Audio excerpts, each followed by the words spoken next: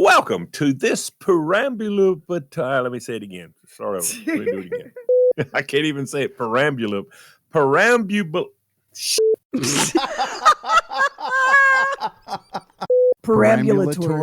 Say ambulatory and then add perambulatory. Ambulatory. He can't say ambulatory. Ambulatory. I don't know what the hell is it about ambulatory. Welcome to this perambulatory. Okay, just hold on. Perambulatory episode of Talking Lamar. Today, I'm talking about my latest camping trip. Let's get to it. What are you talking about? What are you talking about? Sorry, I forgot what I was talking about. What are you talking about? I am talking to you. That's just what I was talking about. It's Talking Lamar. Well, me and my smoking hot wife, Carla, took her camper down to Bluffton, South Carolina, which is probably 10 to 12 miles from Hilton Head Island. It's a beautiful place. And we stayed at this fantastic RV park, maybe the nicest one we've stayed at so far. And we had no idea it even existed. But last year we'd met a couple camping, and Carla friended her on Facebook, and they, keep track of each other. And they were headed down to this campground. And so she immediately called Carla and said, ho, this thing is nice. You really need to stay here. So Carla went online, and it did look good online. So she booked it. And it turns out it was even better than we imagined. Because normally, if you go to RV parks, they're laid out, all the campers are side by side. And the campsites are pretty close to each other because they want to get as many in there as they can. And I'm not crazy about that part, because I like stepping out of the camper and seeing something other than the back of another camper. So that's why I like a state park. And a state park, you got a lot of room. There's trees between the sites. You're not crowded. But the downside is most state parks don't have full hookups.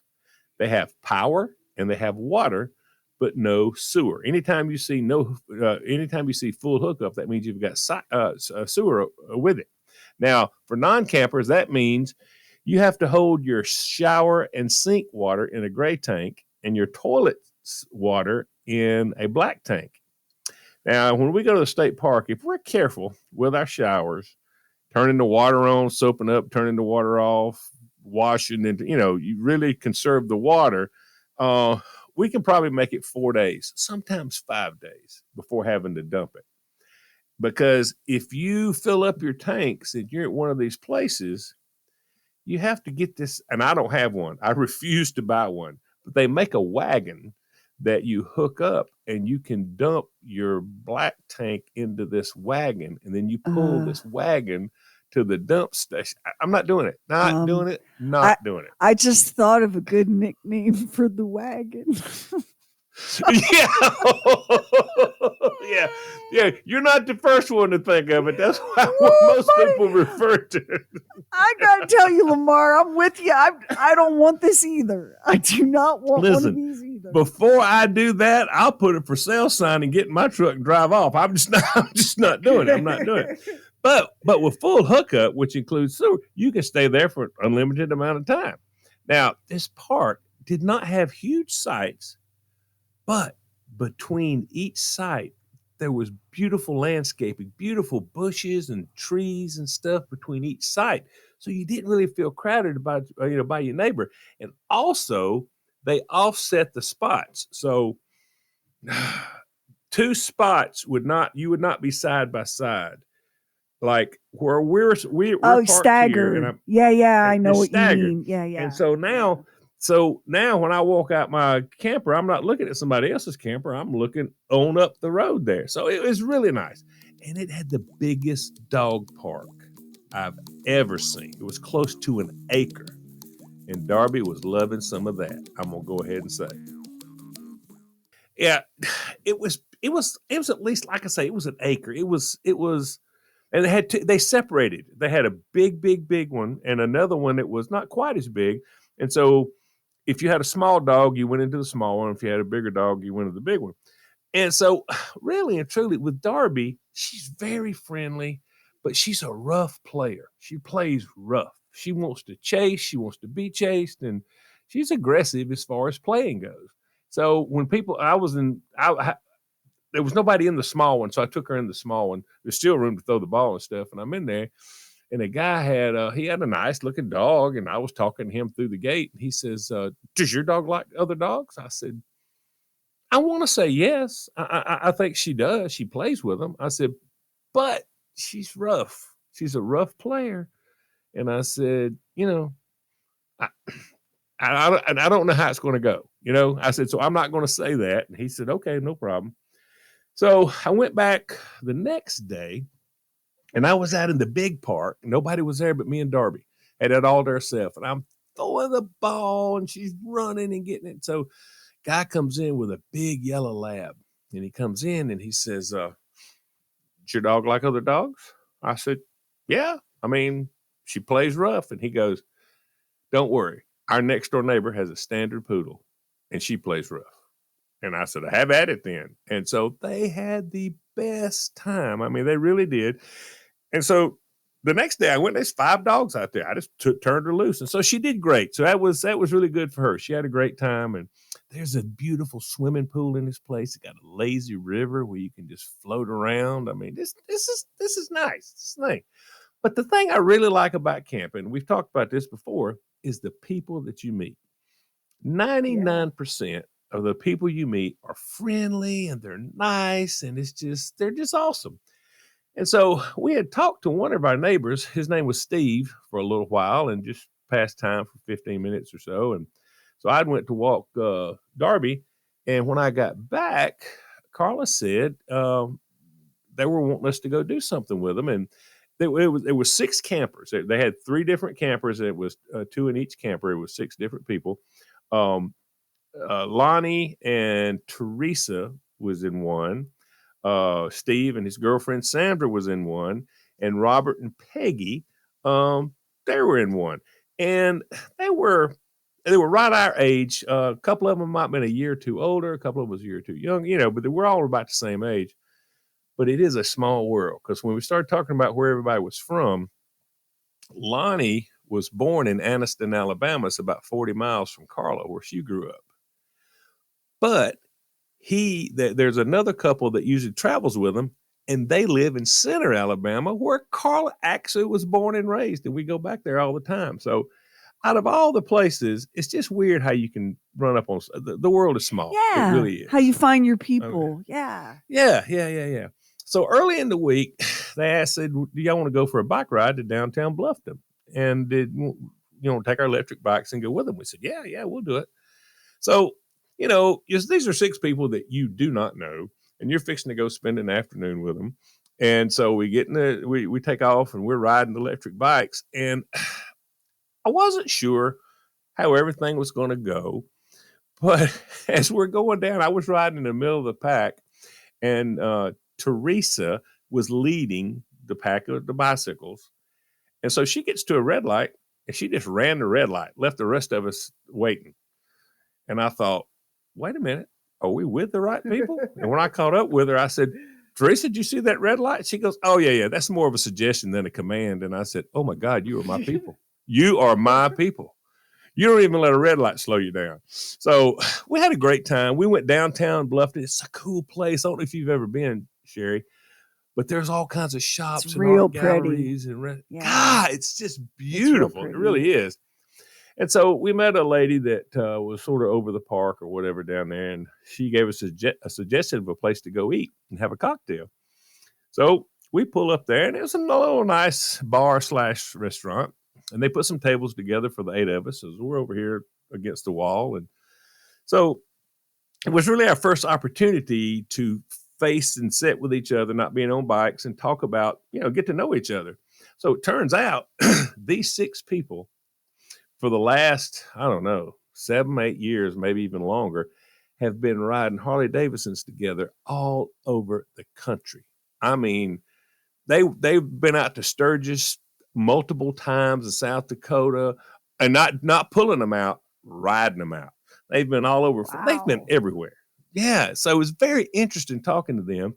So now, as they've got a little bit older, and they still got their Harleys, but they don't ride like they did, but they got electric bikes.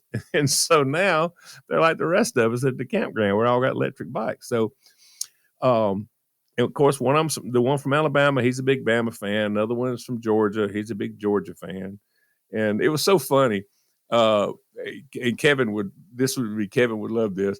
We walked over to do something. Carla had on an Alabama shirt, and the guy from Georgia, he said, "Carla, what are you wearing?" And she goes, "What are you talking?" He said, "Did you get dressed in the dark? Surely you didn't mean to put that on." And I thought about Kevin as soon as he said that. But we sat down, we ordered a few appetizers, and we all had a couple of beers, a glass of wine, whatever. We're having great conversations. I mean, we're having the time. They're telling motorcycle stories. We're talking about camping stories. I'm telling stories about being on the beer truck and talking about all kinds of sports and all this kind of stuff. And, we were just having a great time. Now, I know we weren't quiet, but we're not yelling or making a scene. We're laughing a lot. I mean, but this is not a 4-star restaurant. It's a bar. Okay. It's a bar, a dark bar that serves mediocre food by a server who didn't really enjoy her job. So, I mean, this is not, So as we're getting ready to pay up, this white-haired lady walks over, and she looked like she was from that old Hilton Head money. And she walked up and she said, "You people are being entirely too loud. And the three of us at our table," meaning the other women who had the rest of the old Hilton Head money at her table, she said, "We cannot enjoy ourselves because of you all." And I'm like, we're in shock. I mean, you don't expect that. I mean, you do not expect. This woman did not look like that was her deal. And y'all were just a table full of adults talking and laughing. Yes. So this wasn't like people weren't arm wrestling or table dancing or anything. There's no bad language. Nobody's cussing. We're just having a really good time and laughing with each other. And so, but we're sort of speechless. And we were caught off guard. I know I was. So I turned to her and I said, "Well, ma'am," I said, "we're paying out now and we're leaving." And a few of the other people said the same thing. She said, "We're getting ready to go." And she said, "Well, good. When y'all leave this place, we will be clapping." And I'm like, "Okay." So she went back over and sat down. So we got up and finished paying her bill. And as we stood up to start walking out, all three of these proper looking ladies are clapping.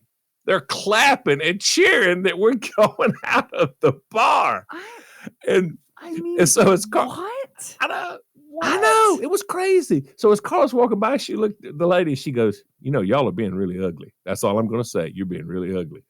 And so when we got outside, we all looked at each other like, what the hell just happened?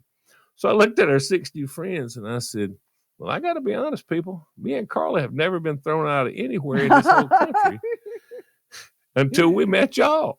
And I think it was Robert. He goes, "Well, hey, we've been motorcycle riding all over the country. We ain't never been thrown out of nowhere until we met you two. So I don't know who's at fault here, but that's the first time I've ever been escorted out or clapped out of a restaurant. But we had a great time. I'm just shocked because if you don't want to deal with other people, you could stay home. Like other people are in bars, and you're right. If this is just like kind of one of those bars that serves some crappy, mediocre frozen bar food, then you're not at Ruth's Chris celebrating an anniversary. Like, so here's my question: what is happening to us that this is how we behave? I don't know. Because I know you and Carla. There's no way that you guys were doing anything. Yeah. The thing is, if we were being loud, and I'm saying we were having a good time. If we were being loud, she could have called her waitress over and said, "Hey, could you ask them to tone it down?" Or she could have even walked over to the table and said, "We're having a hard time talking. Y'all are being, Oh no, buddy, she came over there loaded for bear. I mean, she was. Oh gosh, she was hot. She was hot. Something has happened to us where we've got this new attitude of whatever I am feeling or thinking, I am entitled to act upon and express, no matter how selfish or rude or unhinged it is. Like this act. How many times have you go to a restaurant, especially the kind of bar you're talking about, it's going to be loud. There are going to be things Yes. playing on the TV that maybe you don't feel like watching, but there they are. When did we lose the thread of how to act when we're out in public with other people? No, I mean, I don't know. It's crazy. And I love how But- Carla handled it. That was so perfectly Carla. yeah. Y'all being Yeah. ugly. Y'all being ugly, and that's all I'm going to say. That was the most because Carla response. that'll make somebody think. If they're told they're being ugly, Yeah. if you swear at them or you're angry, well then Yeah, you no, stoop to their yeah, you- level. Yeah. But it was Well, nuts. I'm so sorry. Those people had no. First of all, if I were in that restaurant, I would have been watching your table and thinking like, we need to go sit with them. That's where the fun is. Because yeah. look at Yeah, those I people. mean, they're just kicked back having a good time. I would have wanted to move toward you, not away from it. And by the way, ladies, if you're doing that rich ladies who lunch thing, what are you doing in a dive bar? Like, There you go. yeah, wanting that's it to another thing. conform to your standards. Yeah. Yeah. So we got back later that night. They invited us over to have fajitas. And so we asked, what could we bring? And they said, well, nothing really. But if you are going to the store, you could bring back some fresh cilantro and maybe some more pico de gallo or whatever. So I noticed at the bar, they had been kidding one of the guys, Robert, about a chocolate cake. I don't know. I think he had been trying to get a chocolate cake. He's been wanting to get chocolate cake, or he couldn't find any anywhere, whatever. And so I told Carla, I said, you know what? I said, well, I'm at the grocery store. I said, I'll pick up a little chocolate cake, which that'll be fun. I'll give him a chocolate cake. And so, Sheri, what happens if Kevin goes to the grocery store and you don't send a list? He does not come home with the items we need it, but he does come home with tiny Hostess powdered sugar donuts, a bag of pickle flavored potato chip, a can of Vienna sausages, and also a can of like manwich or some kind of like hearty man soup. Yeah. But we don't come back with what we went for. No. So I got the pico, I got the cilantro, but I forgot about the cake. So we went over and the food was fantastic. Which was your idea. Can I point out? It was your idea to get the cake. But How I did had you forgotten. forget I'd the cake? forgotten it. I don't know. But so they had chicken and beef and shrimp fajitas. I mean, everything. It was great. It was great. And so we're just about finished. We're all laughing and talking. We're having a good time. And Carla all of a sudden says, well, we would have had a chocolate cake for dessert, but Lamar forgot to bring it. And I'm like, are you seriously calling me out? She goes, whose side are well, you on, did. woman? She said, you did forget it. I said, these people had no idea that I was even thinking about bringing back a chocolate cake. That means they had no expectations for a chocolate cake. So when I didn't show up with one, they're not disappointed. They had no idea. But now you have told them that they could have had a chocolate cake if I hadn't have forgot it. So now they are disappointed in me for not bringing the chocolate cake. If you had not said anything, we would have been fine. And so that turned into a whole big ribbon and whatever. And so they all ragged me about the cake, blah, blah, blah, blah, blah. How much I love the cake, couldn't get it. So we rode our bikes to Hilton Head the next day down to Caligny Park, and it was really nice. Live music. It was great. But all day long, I'm getting a rash of shit about the chocolate cake. Chocolate cake. So they invited us to eat deer burgers, which I'm not normally a deer meat person. But they made their deer burgers 50-50. They mixed it with hamburger and deer. They were great. They really were. They were great. Once I could get Bambi out of my eyes. I was going to say they're Bambi cows. They was probably hoping that if they invited you for another meal, a cake might show up with you. Please tell me it did this time. Well, when we got back from the ride, before we went over there to eat, I got on the phone and I hunted a bakery down that had a chocolate cake. Took me a while. I found one, had a chocolate cake, and I said, hold it. I'm on my way. So I'm going out the door to get the cake. And Carla says, what are you doing? I said, I'm going to get a chocolate cake. She said, where? At the bakery. She said, how much is the cake? I said, don't know, don't care. This is all because you mentioned the cake that I forgot that nobody was expecting. So this ain't on me. This is on you.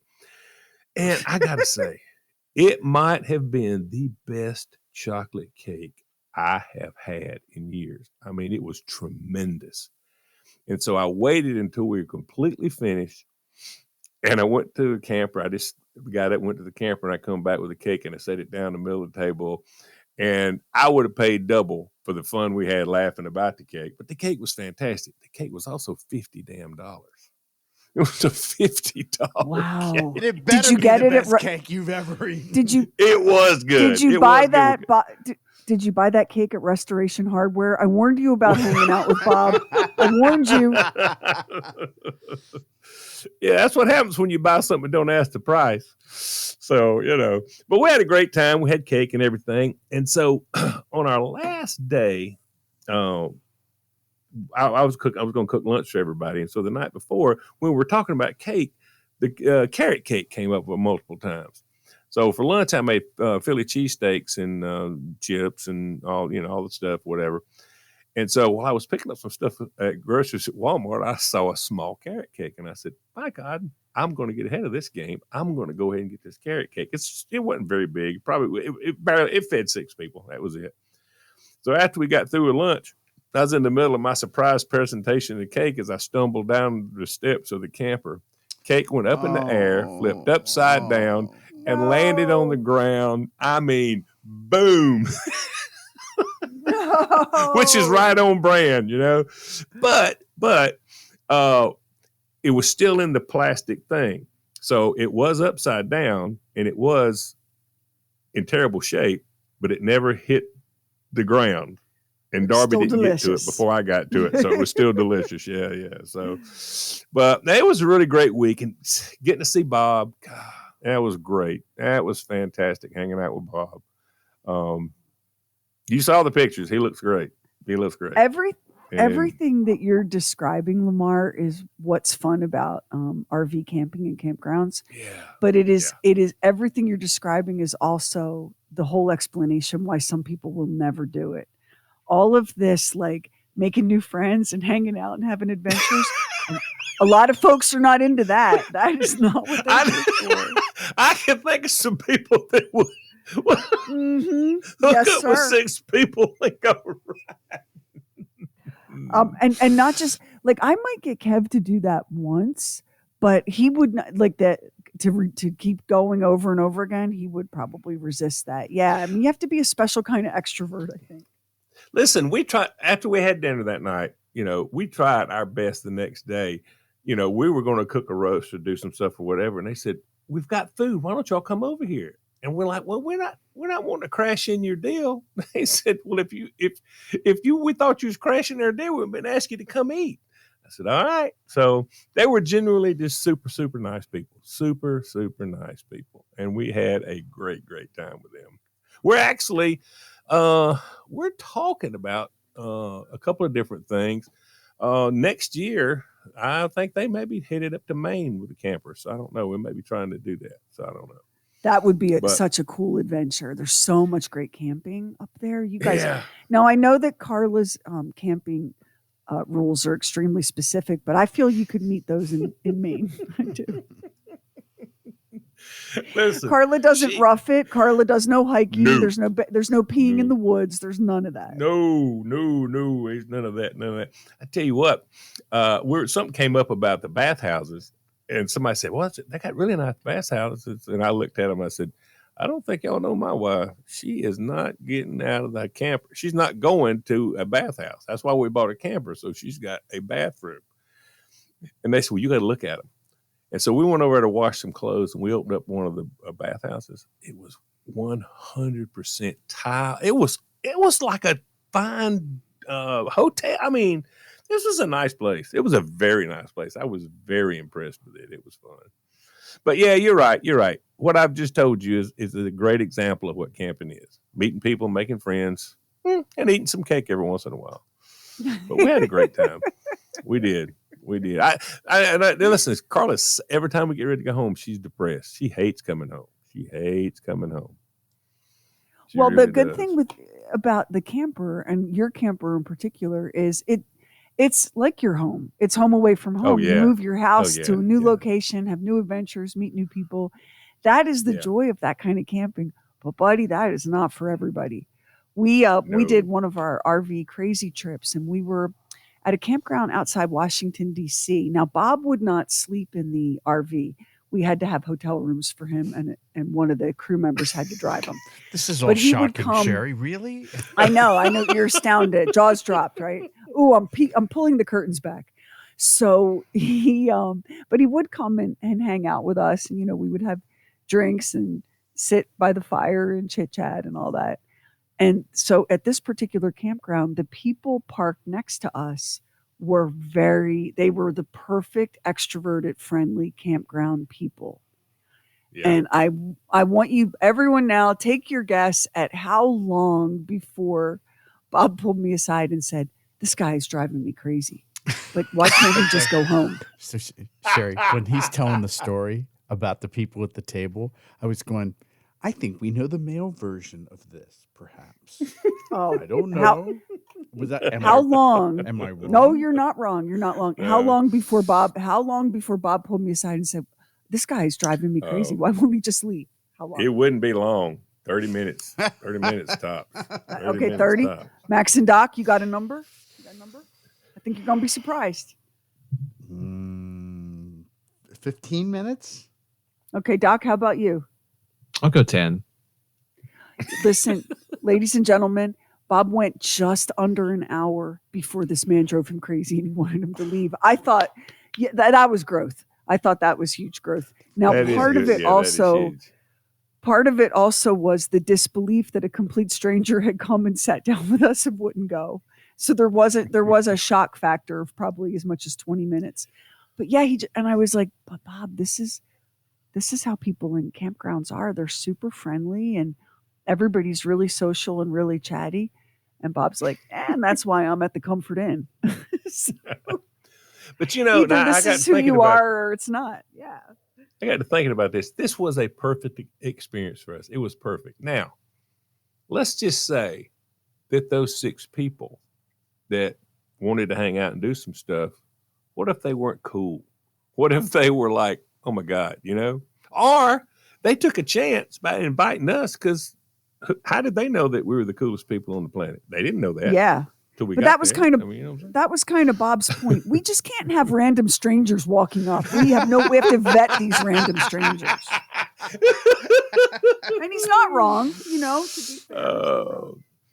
But this was a jackpot. I'll have to say, and I told them we all got ready to leave on Saturday. I told them, I said, "Look, we love camping, but y'all took this to a different level," and they did. They were just the most gracious people, and every one of them was great conversation. They were funny. They were just they were good people. They were really good people. I'm so glad. I am sorry that you're never allowed back to Dave's Pirate Bucket of Blood or wherever that was you got thrown out of. Yeah. Well, that's the chance you take. Well, It is the chance you take. Life is to be lived, my friend. It is. Well, that's going to be it for another exciting episode of Talking Lamar. I appreciate y'all listening. Hope everybody enjoyed it. Tell somebody about this thing, but don't forget to keep your eyes on this Webby-nominated True Weird Stuff podcast. I promise you're going to love that. Now, there's more to come on Talking Lamar, so don't stop now, because, man, I hate a quitter. Join us for the next episode. Let us know what you think. Go on the Bob and Sheri app, look down there at the bottom, click on the microphone, and start talking. We listen to every message. You can also call 844-52-SHERI and leave one there. Until then,